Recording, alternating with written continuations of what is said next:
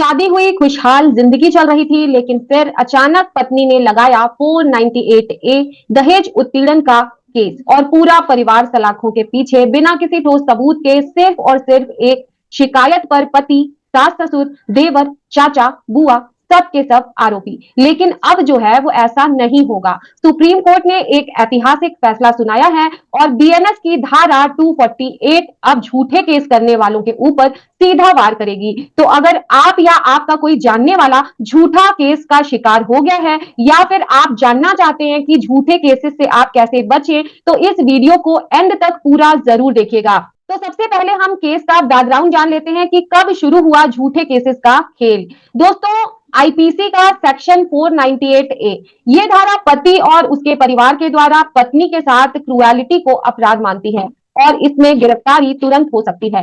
सालों से इस धारा का दुरुपयोग हो रहा है। कई महिलाओं ने इसका इस्तेमाल हथियार की तरह किया है।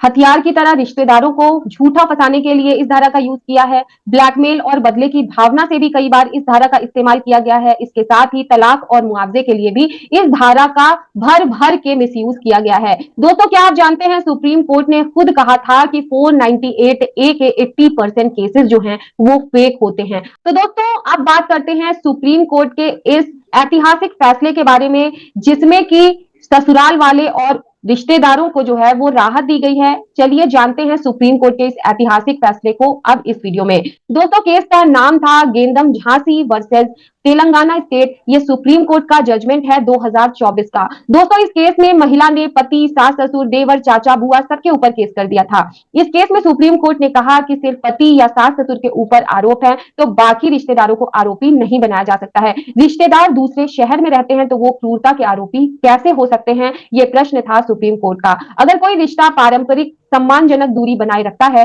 तो 498 ए में उसे घसीटना पूरी तरीके से गलत होगा, ये कहना था सुप्रीम कोर्ट। इसके साथ ही सुप्रीम कोर्ट ने यह भी कहा कि ये एक चिंताजनक ट्रेंड है जहां पर पत्नी पूरी की पूरी फैमिली को फंसा देती है।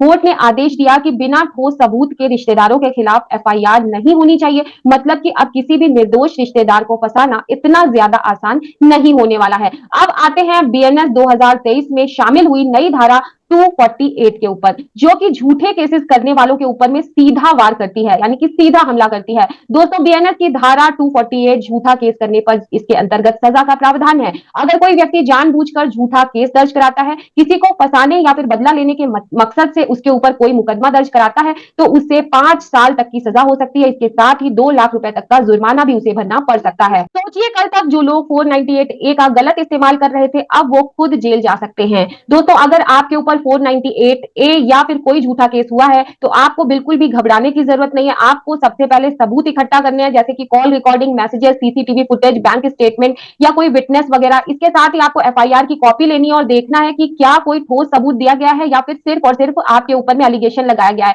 इसके अलावा आपको धारा 482 सीआरपीसी के तहत हाईकोर्ट में एफआईआर की क्वैशिंग के लिए अपील करनी है। इसके अलावा दोस्तों, बीएनएस 248 के तहत झूठे केस के खिलाफ आपको शिकायत दर्ज करनी है। आपको अपने लॉयर से कंसल्ट करना है। खुद से आपको कुछ भी कहने या करने से पहले आपको अपने एडवोकेट से परामर्श अवश्य लेना है। दोस्तों, अगर आप सही हैं तो कानून आपका साथ जरूर देगा। अब सवाल ये उठता है कि क्या ये कानून सही है? तो हाँ दोस्तों, क्योंकि अब झूठे केसेस करना आसान नहीं होने वाला है, क्योंकि निर्दोष रिश्तेदारों को इस कानून से राहत मिलेगी, इसलिए ये कानून पूरी तरीके से सही है। लेकिन क्या इससे वास्तविक पीड़ित लोगों को न्याय मिलने में दिक्कत होगी? आपकी क्या राय है, कमेंट में जरूर बताइएगा। तो दोस्तों, ये था सुप्रीम कोर्ट का नया फैसला और बीएनएस 248 के बारे में पूरा अपडेट। क्या आपको लगता है कि 498 ए और दहेज कानून का दुरुपयोग रोका जाना चाहिए? कमेंट में आप अपनी राय जरूर बताइएगा। अगर आपको यह वीडियो पसंद आया हो तो इस वीडियो को लाइक कीजिएगा, चैनल को सब्सक्राइब कीजिएगा, साथ ही नोटिफिकेशन बेल बटन को जरूर प्रेस करिएगा ताकि फ्यूचर में आने वाली लीगल वीडियोस की अपडेट्स आप तक पहुंच सके।